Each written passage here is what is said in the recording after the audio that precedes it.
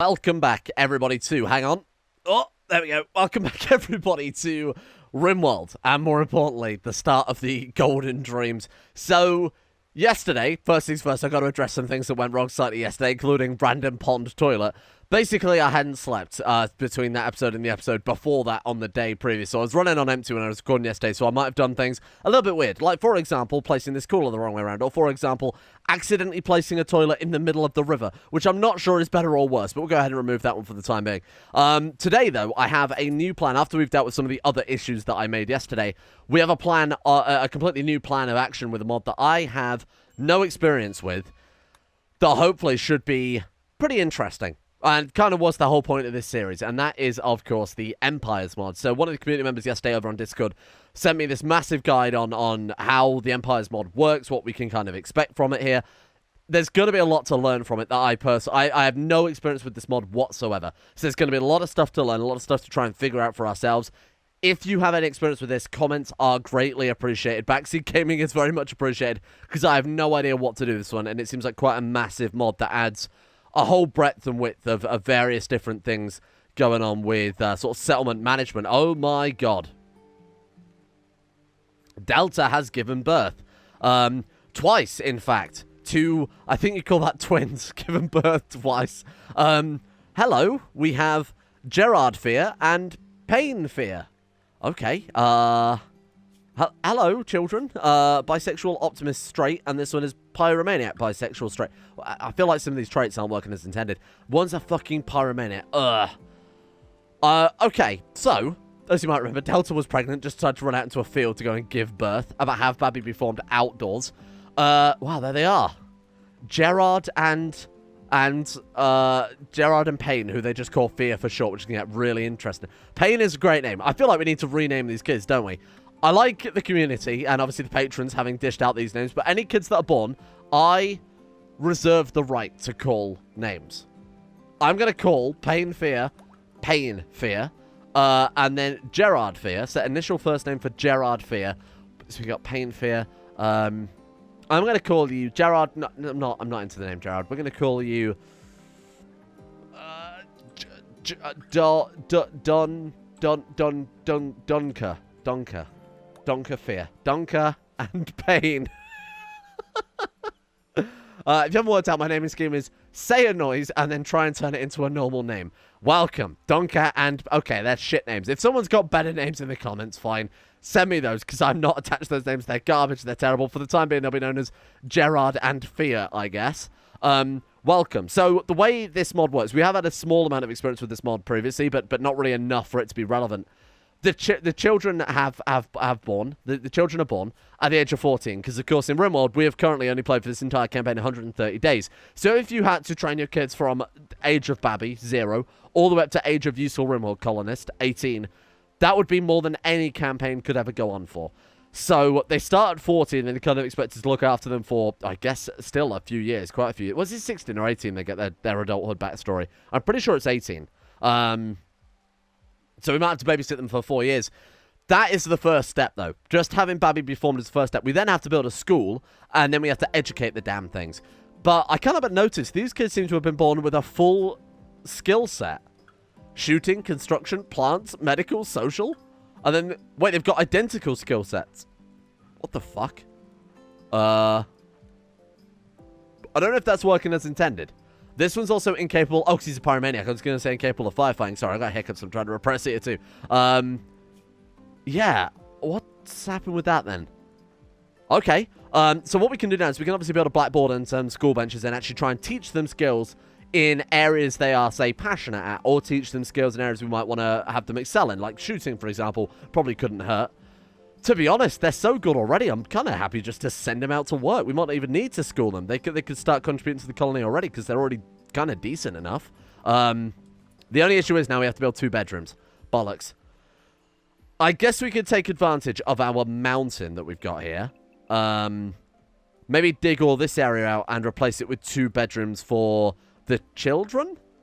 Probably couldn't go miss. Which way around is the door? There we are. So let's put 1 there, and let's put 1 there. This way we're also kind of directly also lowering our insect chance of spawning in. So I'll stick to doing that. We also need a doormat going outside too, there, but that's all right. Yeah, we're going to have to build 2 bedrooms for them. Shit, that's kind of annoying. I'm not sure I even want to school them. What do you guys think? I think for this episode I won't bother. But you can only school children. You can only teach them, basically it allows you to teach them whatever their skills you want in a safe environment as possible without them, you know, maybe wasting crafting resources or botching construction or failing tame attempts or whatever. You can have them tame from the blackboard, but I think their skill set is already so good that we don't have to worry about that. I'd rather them just kind of learn from their passions or learn from actually helping out. Either way, that's kind of cool that we've got those in. That's not the main focus. Obviously, like I said, I want to focus on empires today. So I'll let you guys be the judge of what the hell we should do with Gerard and Fear, both in terms of naming them and in terms of educating them. Tetris slugs. RE Tetris slugs. People told me what these things are all about. Apparently, if they've got a Patron in, then they'll just passively charge it. So what I'm thinking is we need to build ourselves near the animal, or more specifically, maybe just let them sleep in here. Just keep the Tetris slugs in here and then deliver them some food. Maybe, hang on, here's a better idea. Maybe just install the batteries in the animal shelter. Oh, the only downside to that is, of course, if the batteries blow up. I don't know how best to do this. Would it be better to have the Tetris slugs live in a shed near the batteries, or we could reinstall the batteries out here and just keep them roofed over? So do something like this instead. So build roof area, do that. We've got the access door there as well. Build that and just reinstall the batteries out there and have the Tetris slugs limited to, so lower the amount of beds so they have to sleep closer to the wall. That could work. So if we do that, for example, and then maybe do lines like that and force them to sleep over there a little bit more, that could work fine. That way, whenever our Tetris slugs are in bed, or we could even limit them to just this room and install the batteries in the room. But again, if the batteries kind of blow up, if we have a power fault, we potentially set fire to boom loops, and then if they blow up, then we've got a real problem on our hands.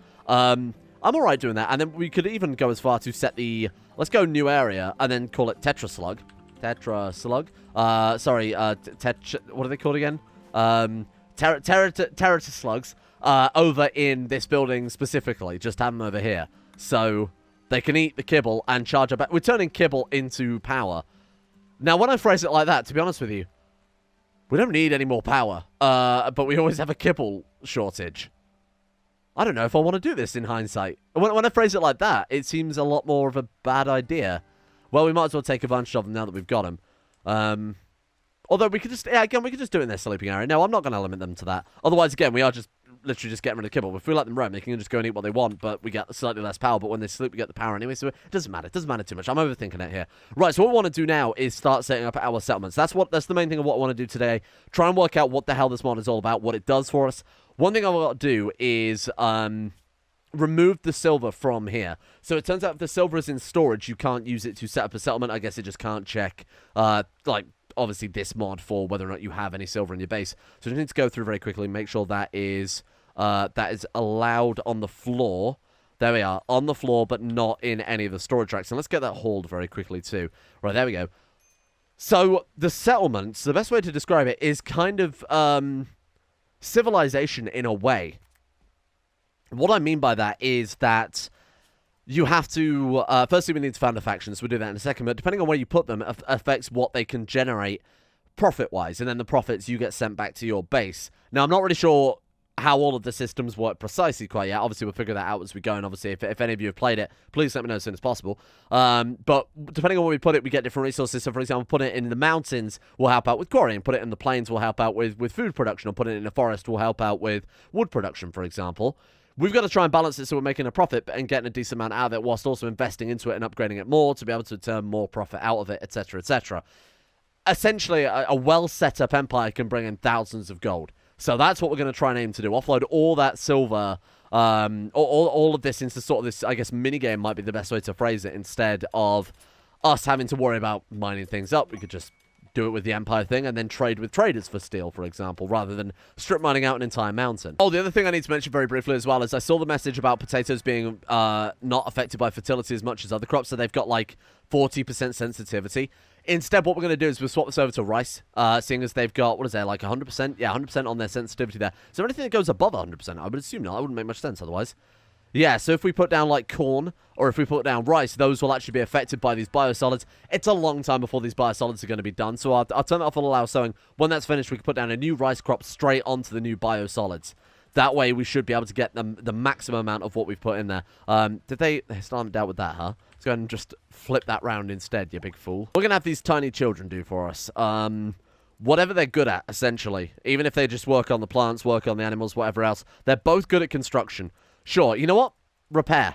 That seems like the perfect job for them. We're not going to risk ruining anything. But it also means we don't have to waste our regular builders on repairing, which obviously isn't going to determine the quality of anything. So I'd rather these kids do it. Then we'll have them working the farm, I guess. You're never too young to work the farm. They're immediately born with a pickaxe in one hand, a shovel in the other, putting them into the farm. It's the Soviet dream. Right, upstairs chef. Plant cut, that's fine. Oh no, I wanted to drop upside down again, didn't I? And then refining. Honestly, smelting for these kids could be a decent idea. Stone cutting, yeah, that's also fine. And then we'll put some points into delivery? Sure. Hauling? To be honest, it couldn't hurt to have some dedicated haulers, seeing as we don't have any quite yet.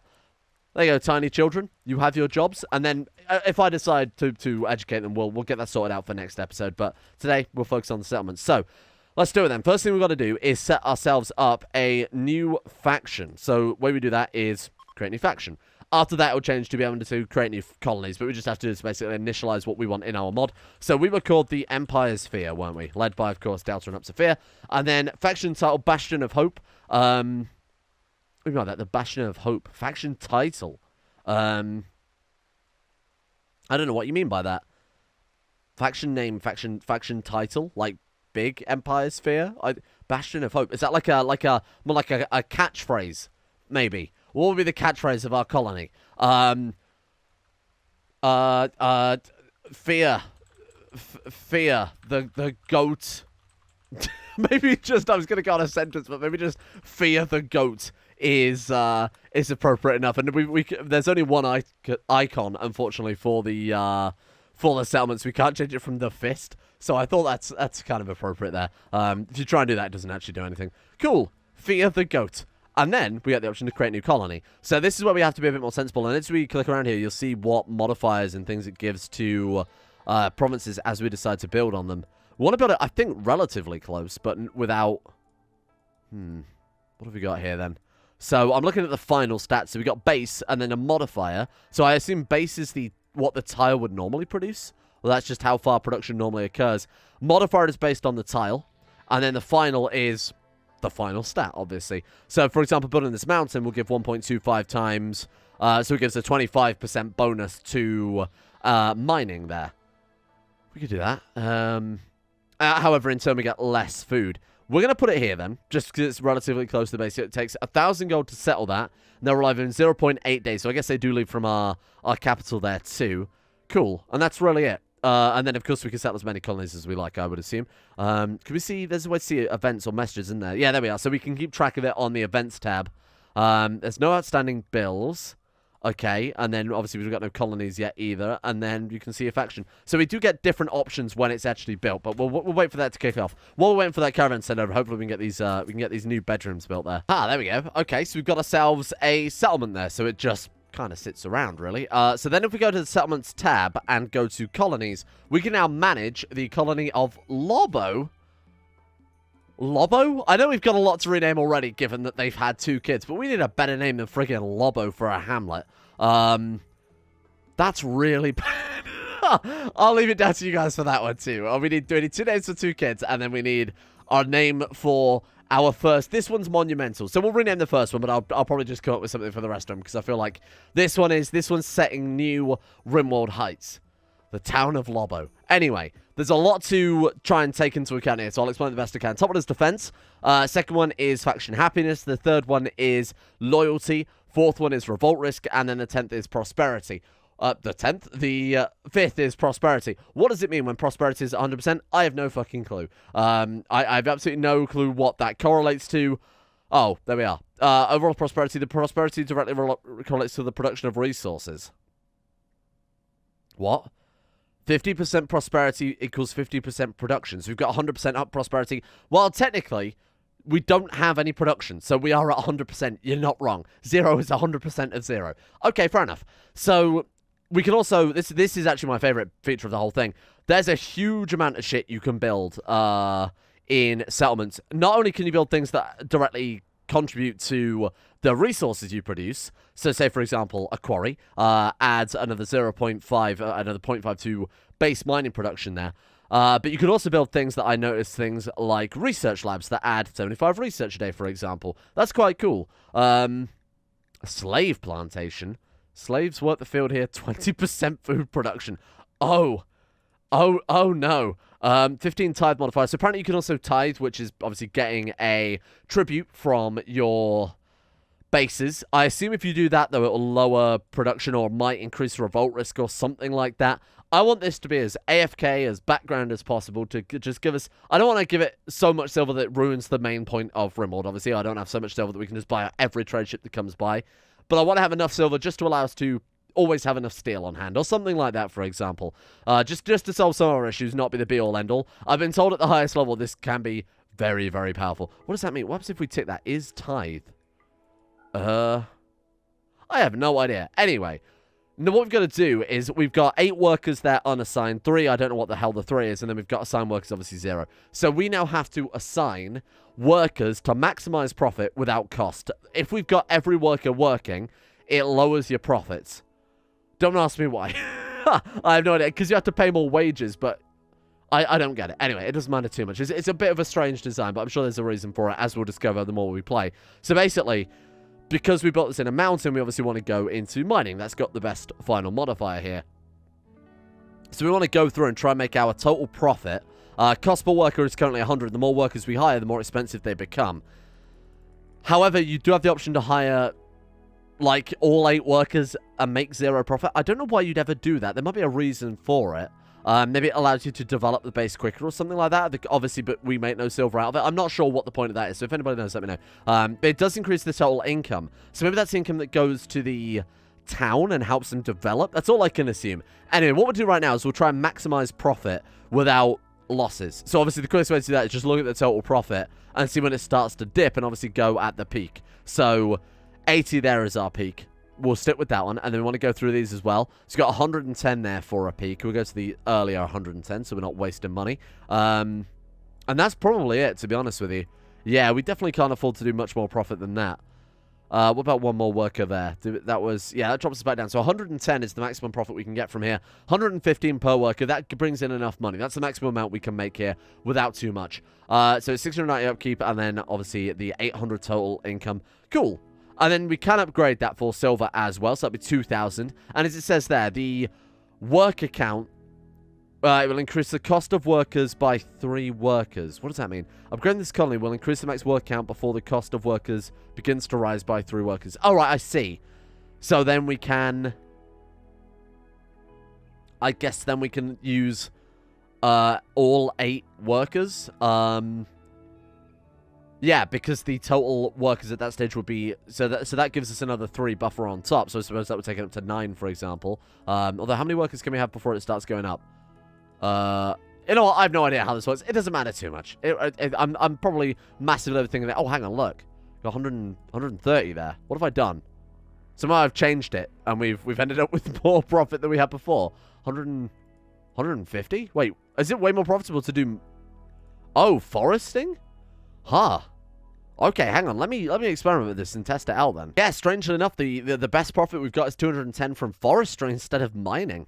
Modifier is 1 final line. So despite the fact that it is more profitable, but eventually quarries will become more profitable, right? Because the tile modifier is 1.25. We just need to add some other stuff because the base value is only 1. When we actually build the quarry, that will allow this one to become more profitable with a bigger modifier. Because obviously it's multiplicative, right? So we've got to increase the base as high as possible and assign those workers. Anyway, point is, we will hopefully start making a decent amount of cash from that one. Then we'll eventually get around to upgrading it. I want to just try and work out... Yeah, mining. Mining is... Wait, no, we're not mining though, are we? We're chopping trees down now. Hang on. Settlements. Let me just make sure I've set that up properly. Again, if you know how to do this better than me, then by all means let me know there. Yeah, mill level 0, colony level 1. So I guess that one is now a logging settlement, seeing as it was called a mining settlement last time I closed it out there. Fine. Hey, that's all right.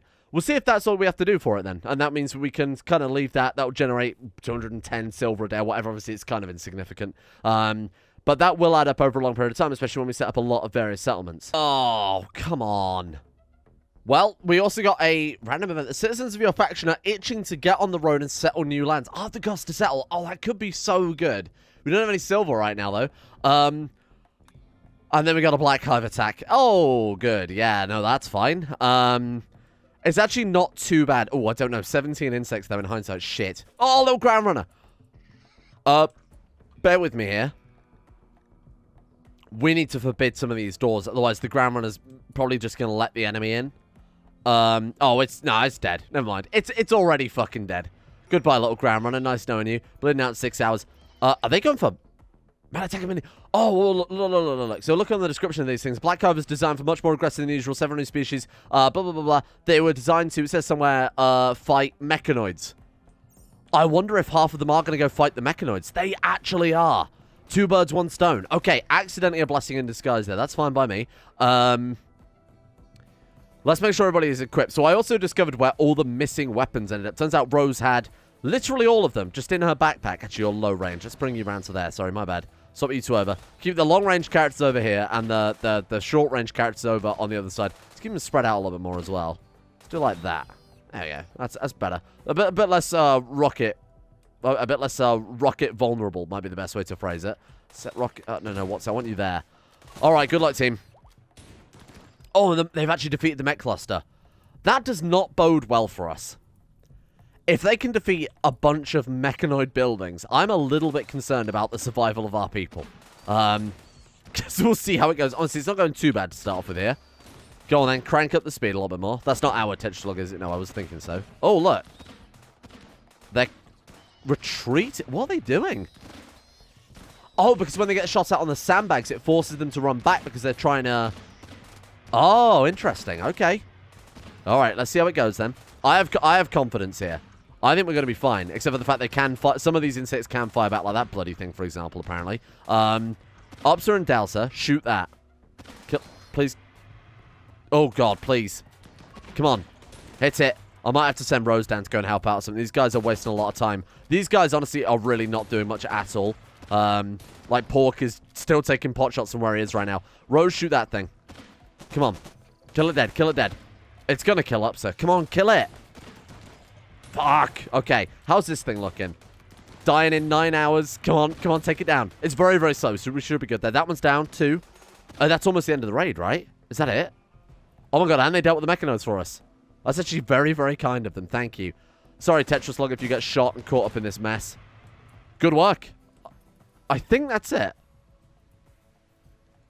The combat music is stopping.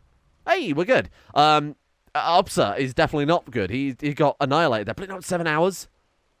Toxic build up and he got stabbed by a load of, like, insect darts. I don't know how best else to describe that. Let's go ahead and get these things finished off then. Last thing we want is them getting back up.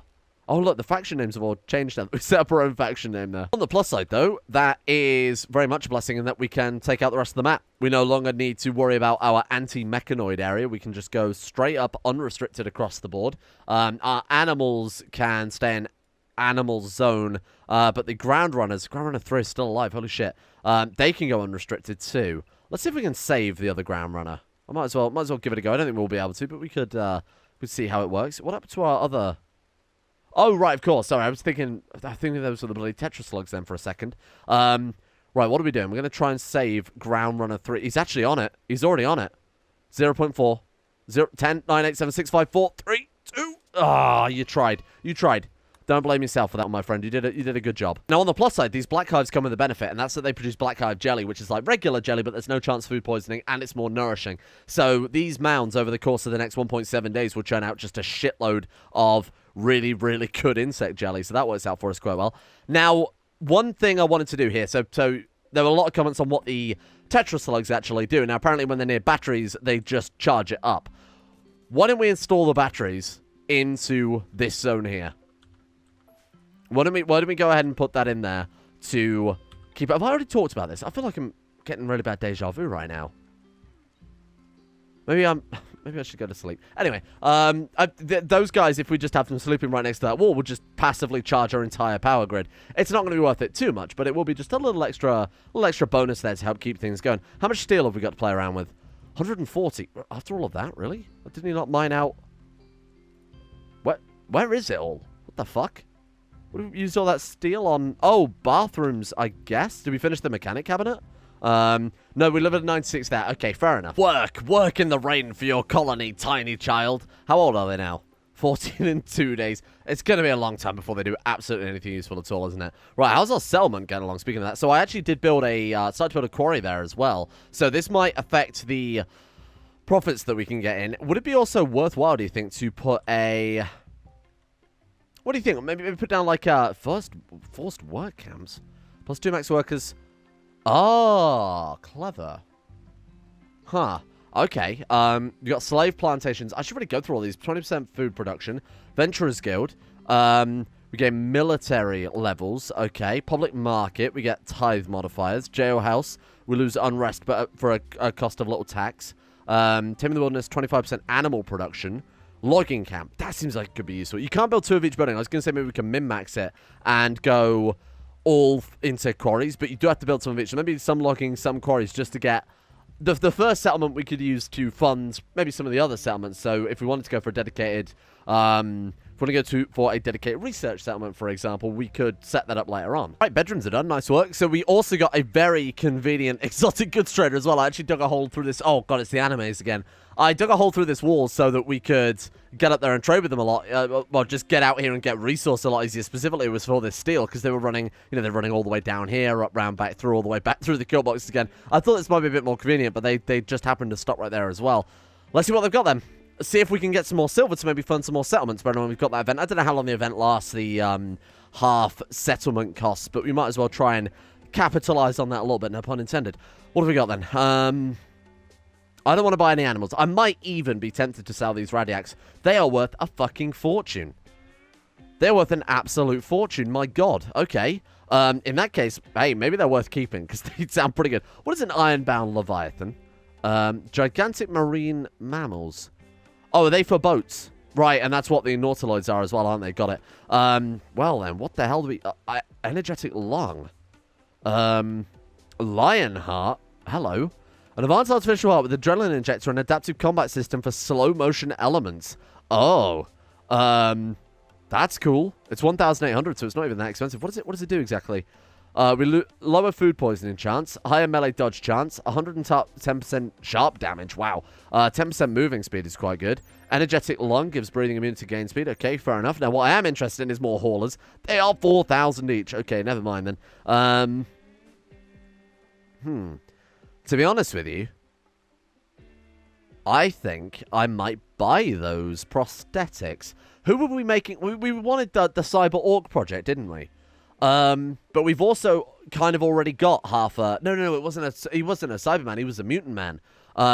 In that case, no, we'll save these prosthetics. I might buy and save these prosthetics for our orcs in that case. 2,000. I'm here to make a profit. Now, hang on. Let's not get carried away. We're here to make a profit, not spend it all on limbs for our orcs when they don't, especially when they don't really need them. You know what? Let's focus on the settlements. I said it was about focusing on the settlements. Let's do exactly that. Do I want these radiacs? How good can they be, really? They drop uranium that can be processed. How frequently do they do that? More importantly, how much uranium do we get? So I'm going to quickly say...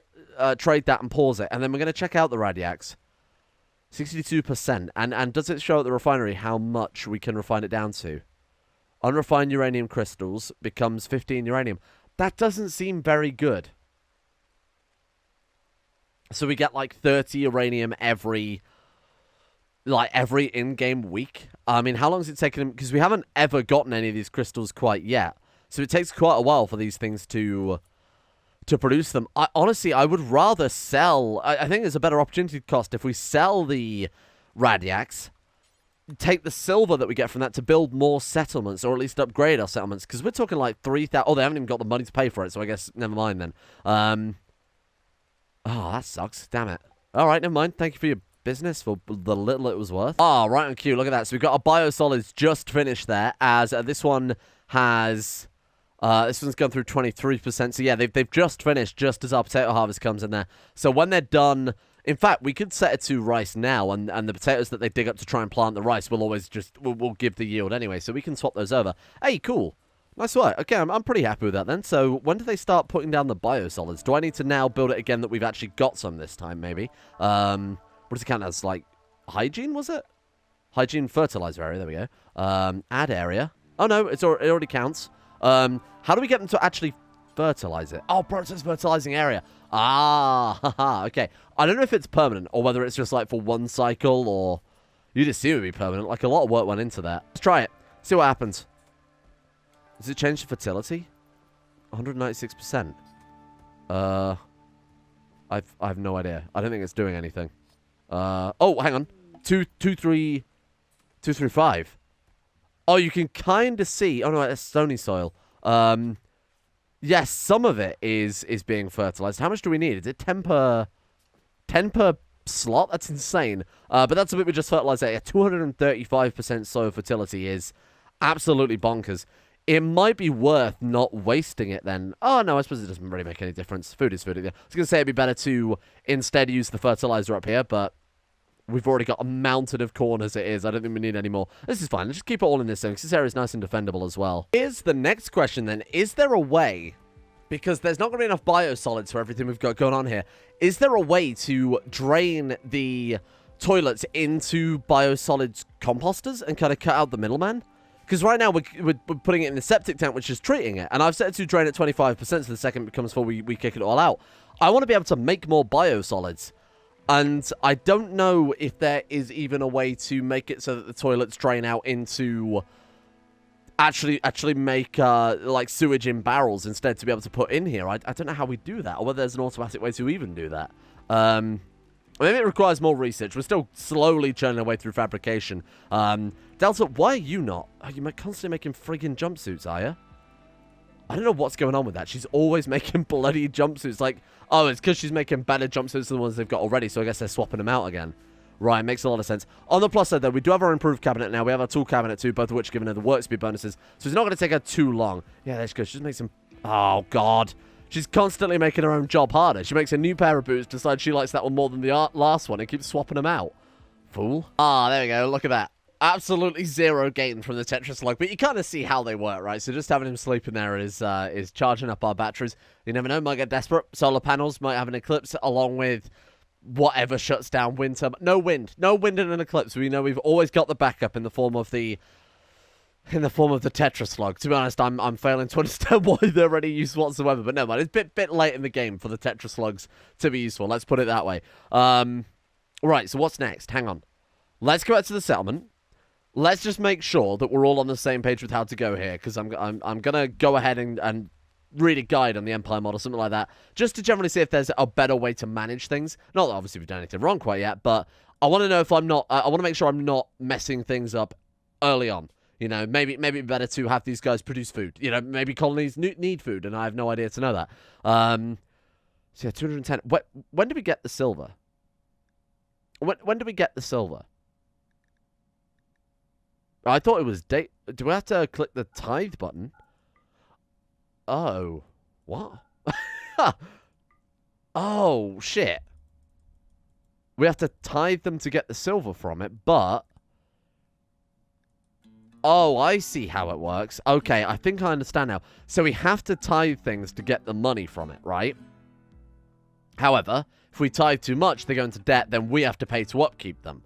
So there's that we're making no profit from that at all. So it's about, I guess, finding the balance between tithing and... What if we get this shit going here? Hang on. Yeah, I don't know how you're expected to make profit then. Maybe in this early stage of the game you don't make profit. Maybe it's all about upgrading and investing into it before it turns a profit later on. I'll read a guide. I'll go find a big guide on Steam and see if anybody has found a successful way to get this shit going. Now, there's something very obvious I'm quite clearly missing that we'll pick up on as it goes forward here. I guess then, seeing as we're not making any money at all right now, we might as well all of our workers go in there, huh? I hate to say it, but after having panned around the entire map, the only steel I can see that we have left is this stuff here. So we'll get them working on that as soon as possible. Obviously, we've opened that up now that these mechanoids are gone. But that is genuinely it. Oh, there we go. We've finished our fabrication too. That's a pretty big gain, to be honest. I'm overlooking that quite a lot. That's a pretty big win for the colony today. We can immediately build a fabrication bench as well, can't we? So also in the vanilla furniture expander, you get an assembly bench, which is like a fabrication bench, uses similar ingredients, but is very small by comparison. So, I mean, we want it connected up to everything. Will that be affected by... So obviously we can build another cabinet type, which we haven't unlocked yet. I don't want to build this here and then have it not reach the cabinet over here. So to test it, I'll get them to reinstall this to start off with. And then we'll put down you there. No, see, it doesn't quite reach. Bollocks. That's annoying. I guess we could put it there then. It looks hideous doing that though. But the benefit to that is there are things that attach to this bench that we can put right behind it. Oh, that's a horrible place for it. I fucking hate that. Fine, we'll put it there. We'll put it there, because we know that way it's going to connect up to both anyway. Although, no, it won't connect to that one, will it? So, 8 block radius. 1, 2, 3, 4, 5, 6, 7, 8. Oh, actually, it might. Because look, that's 3 up to there, and then 4. Okay, I think it actually will work. We'll see how it goes. Taxes have been billed. Hooray! We can see how much profit we made. 0. Resolve bill. Wait. Have I... They send us silver? Did I just send them silver? What? Did I just have to pay them for the privilege of being our colony? Excuse me? Oh, there we are as well. The craftsman someone's been working right, I see. So Wanderlust, citizens of the affection rich and to get on the road. That lasts a while. Ah, okay. So we weren't taxed. They're sending their taxes towards us. So 200 silver. Why? Because it said that they weren't turning any profit, though. Profit 200. Oh, so that is the profit. So we don't have to tithe them. I see. Okay. Even though that's what tithe means, but that's all right.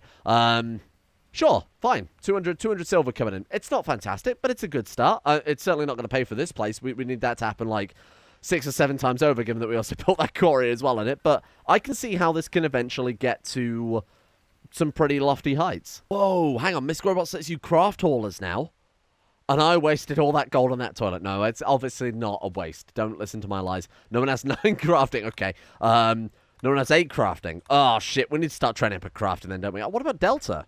She's been doing so much tailoring, though.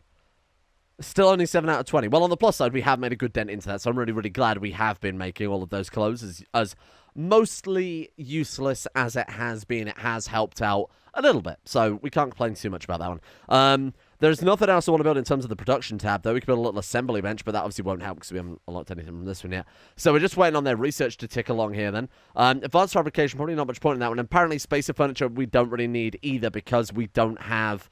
that requires advanced components. Obviously, we've got no one that can do that. Oh, is it sewage treatment we want? No, that's for, I guess, getting rid of it. There's got to be a way to turn human shit into food. We'll work that out. So obviously, we're not going to eat. Okay, I phrased that very poorly. You guys know what I'm talking about. Anyway, I want to redo some of the research. I feel like going straight down to like advanced multi-analyzers. Actually, no, advanced multi-analyzers earlier better. I want to get mortars finished. That's first and foremost. So let's go ahead and get mortars finished off because we did start it. What's a cluster column? A base defense. Oh, cool. God knows what that does then. We'll maybe look into more defenses. I also want to actually get gun smithing. That's one thing we're missing out quite a lot. So, like, gas operation, maybe even want to cut out the middleman and go straight for... We probably haven't got the... I was going to say, we probably haven't got the crafting level to do it, but probably go for charge weaponry. Because I imagine we can probably research it right now, can't we? Pulse charge munitions. Yeah, there it is. We don't have nearly what we need to be able to do that yet, though, so... Never mind. We'll disable that for the time being. We'll come back to that later on. I think we'll leave that there for today. Bear in mind, this episode's gone on way longer. I wanted it to go on a little bit longer than usual because a lot of it was messing around with settlement management, things like that, not really getting too much into the meat of the game. So hopefully a slightly longer episode makes up for it. But again, any help with the settlements will be greatly appreciated. If you guys have got some cheats for that, not obviously literal in-game cheats, but like guides and advice, that would come in very helpful and will be greatly appreciated. Speaking of greatly appreciated, let's give a shout out to the patrons, without which this channel would absolutely not be here. This month, more than any others, given global events, it's important to recognize the people who actually allow the channel to still exist. Thank you to Aromatic Fool, Derek, Caden Carter, Belleg Strongbow, Zazzy7011, Noble S, Roll2D1 Games, Huey Longdong, Tyler Kendall, Tyler McClam, Paul, Gwen S, Lucas, The Potato Eater, and Archronx98 for their support at the insane tier levels on Patreon. And a thank you as well goes out to Oh, what's happened to my list? This is very strange. Okay. I don't know quite how to describe it. Okay, I think this is right. Thank you to Lampy, Icy the Great, Jaden, Valkyrie, Llewellyn Thomas, Mythomatic, Hated, Jason Sushu, Mason Fireblast, Bwengun, Monty, Dion, Demon X Jester, Derek, Silent Sentinel, Slowmo, and everyone else at Patron as well. Thank you guys for your support over there. It's much appreciated, as always. More important than ever right now, though. Please bear in mind it is a opt-in system, so for those of you who would like some Patreon shoutouts, if you are a patron, get in touch with me and I'll make sure your names are added to the list ready for tomorrow's episode. See you all exactly there, tomorrow's episode.